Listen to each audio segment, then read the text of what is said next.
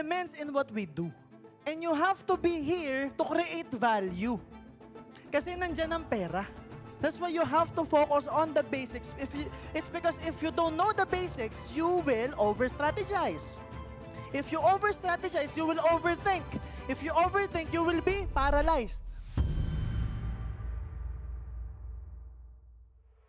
Sa reset, and I will share with you what I personally do.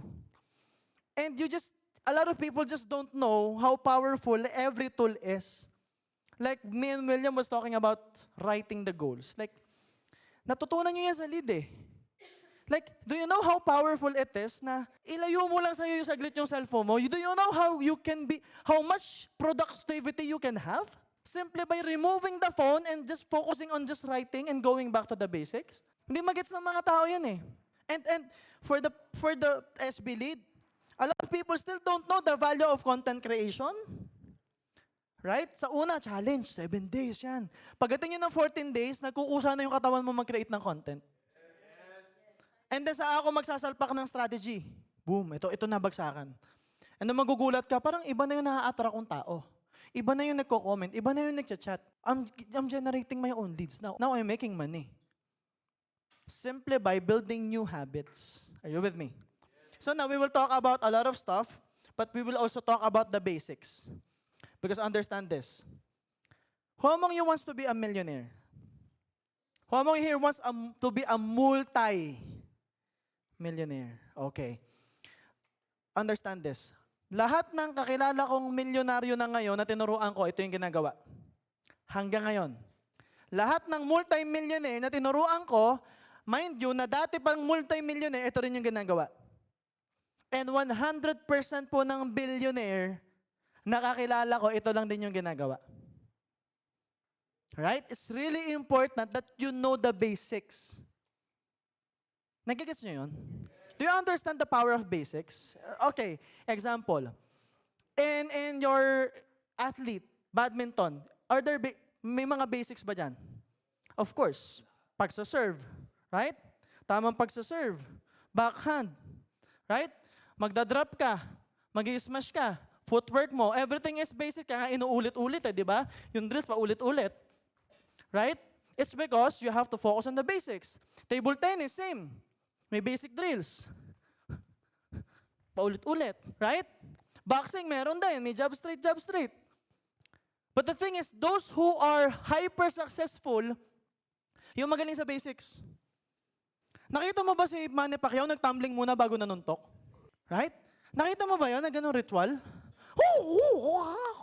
Gumanya muna. Parang Karate Kid pelikula. No. Real athletes know what to do during what? During a crisis.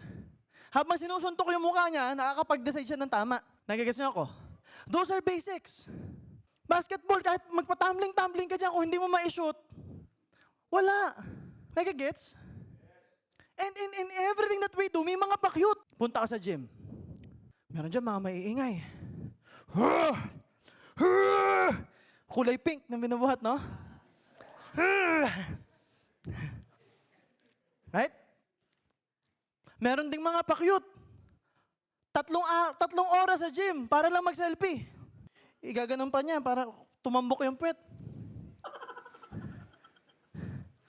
Ay, kailangan may pawis ng konti. Jogging ng konti, pawis na ako. Working hard. Right? But there are people in the gym really focused, yung nakakatakot lapitan. Yung pag pinawisan, parang umuusok. Parang, nakafocus lang sila. Right? There are people in businesses just like that. Meron na sa business para magmukhang mayaman, para magpa-cute. Sa basketball nga, meron din eh. Right? May mga basketball ba yun? Sugat-sugat na yung mukha. Bingot na, laban pa rin eh. Hindi niya alam kung ngungi na siya pag after ng game, laban pa rin. Tama, mali. Diba? Meron ding masaling mo lang ng konti. Ay, foul. Gugulong-gulong pa yan, no? May nana. Alam mo yun? Meron siya pagka-shoot, tumatalbog pa.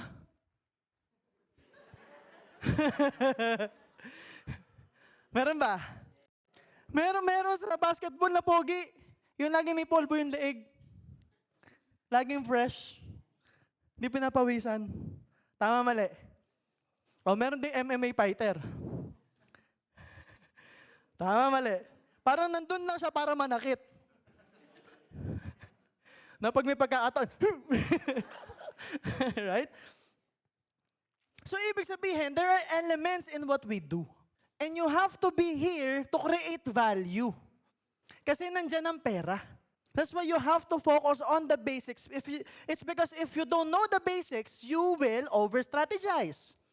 If you over-strategize, you will overthink. If you overthink, you will be paralyzed. If you're paralyzed, you cannot take action, you won't get the results, and then pagdududahan mo na yung knowledge. And that's the worst. Kasi kung wala kang knowledge, wala kang ginagawa, parang normal. But if you have the knowledge, tas wala kang ginagawa, that's stupid. Nakakatakot. Kasi may knowledge ka na, tas hindi mo ginagawa. Pagdududahan mo yung knowledge. So parang wala ka na ngayong solusyon, kasi alam ko na eh.